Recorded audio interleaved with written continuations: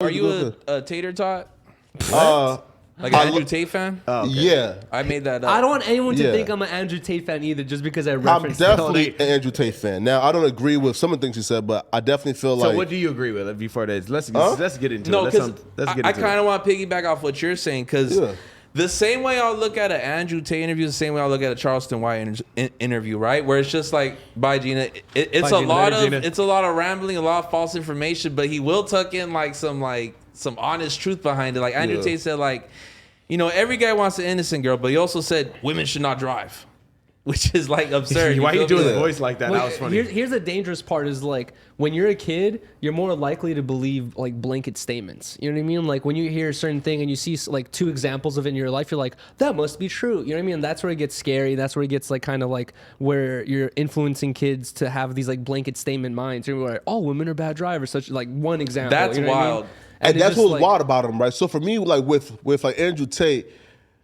I kind of know he has to throw out these like blanket wild statements, but you know, like here's the difference between Andrew Tate and Sneako, though, right? Adam ran into him today. It's getting deeper. Yeah. So with Andrew now? No. So like when Andrew Tate says, you know, all women are bad drivers or men are better drivers than women, and he gets challenged on it by Hassan, he still lost that debate, but he didn't come out of it looking like an absolute fool and stupid. But when Sneako debates something, Sneako usually like gets demolished by any like, you know, like real left nigga, you know, that knows what, you know, what like he's like talking about, right? So for me with like Sneako, I kind of feel like he's just digesting and regurgitating like the information, opposed to Andrew Tate, who have dissected, digested, and truly understands.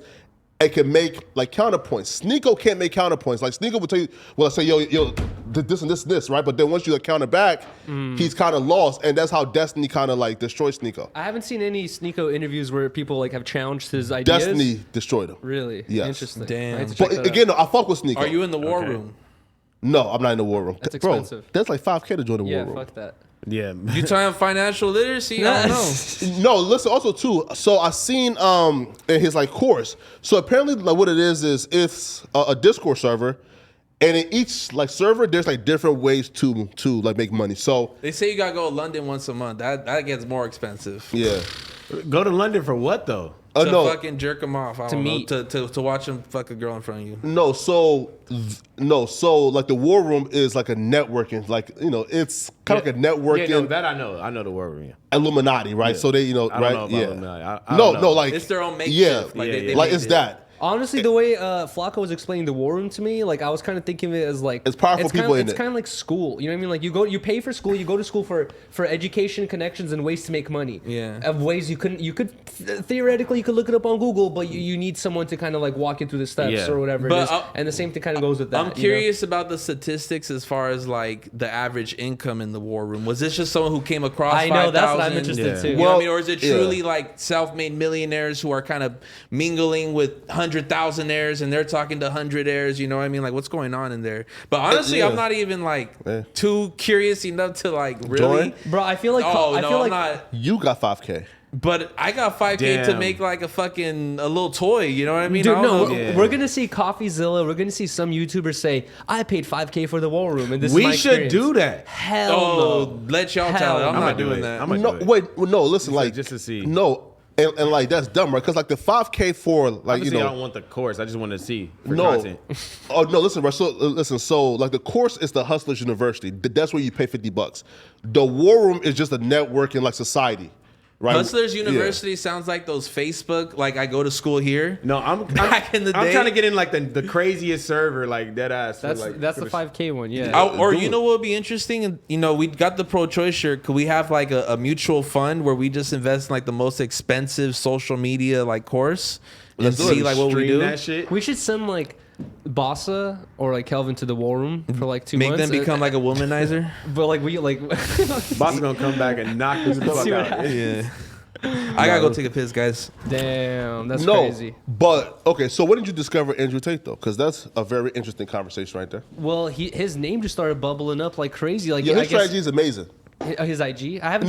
No. So his strategy, like how? No. Okay, so I watched the Patrick CC video about his whole strategy, how he asked his whole audience to like post shit for him or whatever, and Sneako did the same thing apparently as well or whatever. But it's like I like that strategy. It is a good idea. You know what I mean? I'm gonna utilize it for sure. But I feel like people do that regardless. You know what I mean? Like, I remember Ice was signed back in the day. Like, what was his? I don't think he ever asked people to do it, but there was tons of YouTube channels, Leah Torres, whatever, a whole YouTube channel that had like 80K subs that would just repost clips from his streams. You know what I mean? Like, that was always the thing, like, back in the day. People reposting content that they saw. Like, Joe Rogan used to do his interviews live. The reason why he stopped doing it is because so many people were clipping his content and stealing his content, you know? No, well, okay, so, like, that's different, right? Where it's, like, a already popular, like, podcast. Oh, okay. But he grew like that, you're saying? Yeah, but where his genius is this, because now with the new thing with, like, the Instagram Reels and Facebook Reels and, like, the TikToks, like, the algorithm is so, like, robust. So, like... It promotes it. Like so...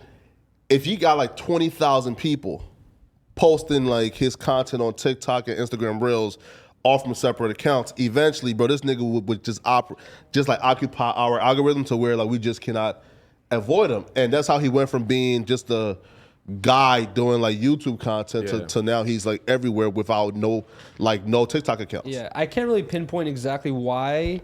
Maybe the Logan Paul interview that dropped with him or something like that. But like he just recently, like 2-3 months ago, just came up in the YouTube atmosphere. I started hearing his name all the time. It's Kevin Samuels' death. My chat kept saying Andrew Tate, and I was just like, all right, fuck, I'm gonna look up some videos. I seen him on a old ass Fresh and Fit a long time ago, and I watched it live. I cannot imagine him on ass time ago. Fresh and Fit. That'd be what? That sounds wild. He was That's on their Fresh and Fit guy. He was on Fresh and Fit a long ass time ago. Multiple times. You know what? I am.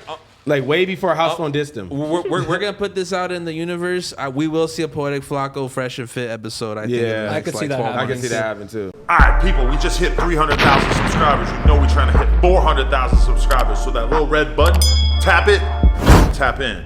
We appreciate y'all.